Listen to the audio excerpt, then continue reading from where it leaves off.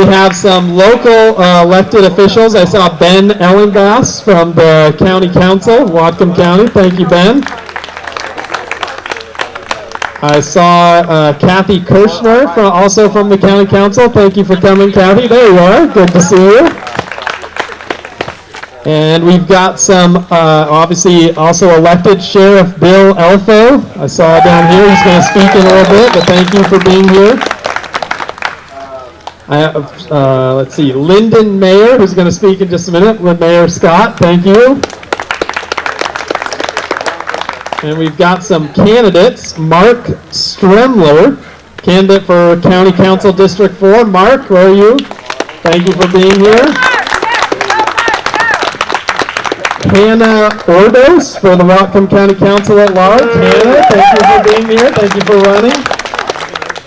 To win small battles, I have learned there must be collaboration with the other side of the political spectrum. Unless you're in it and doing it, you probably can't understand or appreciate some of the needed compromises. Just ask Ben Ellenbach, Kathy Kirschner, or Tyler Bird, our conservative representatives on the county council, how this works.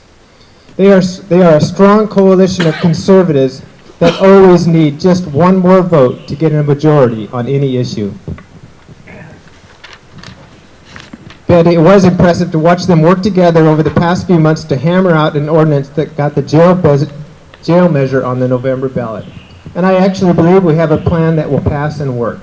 Savvy conservatives know there would be no jail without some liberal votes. There had to be a little give and take throughout the process. I know there's a segment on the far left that think it's terrible to build any jail.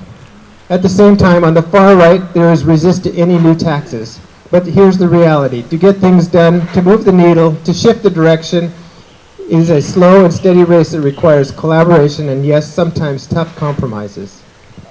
So to save Washington State, we cannot undervalue the importance of building a bench of qualified individuals to fill our local nonpartisan positions. We need like-minded folks committed to serving on water districts, school boards, city councils, and county council. These conservatives will be instrumental in micro changes, and then they will learn the ropes for higher office to impact macro changes. In Whatcom County, we have conservative Dan Purdy. He's a great candidate running for county council, county executive. Fortunately for county council, we have great candidates with Kathy Kirschner, Mark Stremler, Ben Ellenbus, and Hannah Ordos. These would be great conservatives as well. Now, I'm involved in a lot of different avenues of politics. I hear all the time, oh my gosh, you're here, you're there, you're everywhere. And because this is my passion, but my passion is to be involved, and my passion is to try to help people be educated, and then also to win. But here's the thing, Ken Bell tells me it's his generation's fault we're in this mess. Now, I'm not going to say he's right or wrong. He's not here. I should maybe say if he's right or wrong.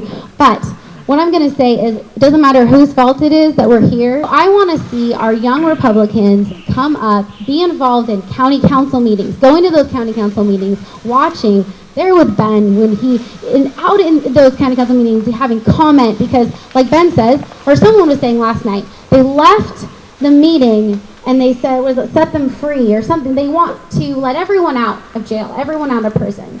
And where are we that says, keep the public safe on our backs, right? Why aren't we there? Well, because we're a small group right now, but we need to grow. I feel for our county council. I sat at the hearing on the jail, and many of these Whatcom County Democrats, and many identified as Bellingham School District employees, were up there. We don't need jails. Everybody needs to be released as soon as possible. And they closed their remarks with, and I won't say the full vernacular, F you to the council. How is that allowed to go on? What kind of environment is that? There's children in the room, and there's just no concern. They're just vulgar, complete lunacy, and other people are paying attention to them. They're setting the agenda. We need to take that back. I like to get off on the Bellingham School District a little bit, but I'll restrain my remarks. But we used to have lunch with a buddy program where we would have our deputies and the Bellingham police would stop in the various schools around the county. We still do it in the other school districts where we're welcomed. And then Dr. Baker put a stop to it. He said the sight of a uniformed police officer on campus traumatizes children and upsets some of our teachers. They went as far to put on their website that the police can trace their history to the slave catchers of the 1700s. So that's what they're indoctrinating their children in. And they want to take away, what we really want to see the debate, what causes crime in America and crime in Washington State is the breakdown of the family. They want to take away family making decisions, and they're doing it, of critical life-changing decisions for children, and place them with the school. They're taking parental responsibility and we're trying to vest it in the schools. 250 years, at this point 247 years of independence from Great Britain, of freedom, of believing in life, liberty, and the pursuit of happiness, those principles set out in our Declaration of Independence. And I think as we reflect on the current state of our country, there's cause for concern. But the three things we've highlighted as priorities starting back in December and we'll continue moving forward. Number one is we have to do something about the top two primary and eating our own as Republicans.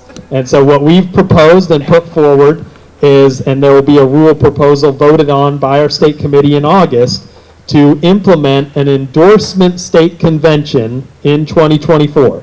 So we're already going to have our state convention. We're going to have our precinct caucuses in January. Then we'll have county conventions across the state in February and March. Our state convention will be in April, where we'll adopt our state party platform. We'll elect our delegates to go to Milwaukee for the national convention to nominate, hopefully, the next president of the United States. But as part of that convention process, we said, you know what, we should have the grassroots delegates elected from the caucuses and the county conventions endorse one candidate for governor, one candidate for attorney general, one candidate for lieutenant governor. So instead of having 10 people running and we split the vote, because as I was thinking about next year's governor's race, the last thing I want is a choice between Bob Ferguson, who I believe is going to be worse than Governor Inslee, if that's possible, and Hillary Franz, another Democrat. It's like worse and worser. And so we want to make sure that we have a Republican moving in the top two and with a strong chance to win. And the only way we do that is by getting engaged. So we've proposed that endorsement state convention, which I think is a good solution to the top two primary and the challenges we've been facing. So you can get involved with that by attending your precinct caucuses in January, running to be a delegate, supporting people to go to the county convention, to then support the candidates that you want them to support for those statewide offices. So that is something, it's a historic change from the state party's approach to the primary over the last 15 years. The second thing that we really need to implement as a party across Washington state is, I call it ballot collection. We've got to get in the business of getting ballots and getting them in. In the 2022 election, 62% of Washington's registered voters voted. It's not bad, but that means 38% didn't vote. That means a ballot was mailed to them, got put in a stack of bills, and those ballots didn't come in. Simon Sefcik lost by 805 votes. There was more than 1,000, more than 2,000, probably more than 5,000 conservative-leaning people that didn't vote. And so if we had done a better job of building that organization to go and connect with people to get those ballots in, we could have won and had that Senate seat. So that's something we're trying to do across the state. You can do that in churches. They implemented this program in California, and one church, they put a box in their foyer, they put a box entering the parking lot, they collected 10,000 ballots and took it into the county auditor. These are legal ballots, legally registered to vote people, and we just need to communicate, bring your ballot to church and drop it off so we can take it in. Bring your ballot to the gun store. I mean, we didn't even talk about our Second Amendment rights and those being under assault by our state, but getting gun shops to say, hey, there's a box. I know you're complaining about the fact that I can't sell you an AR-15 anymore. Did you vote? If not, you better bring your ballot in and put it in this box.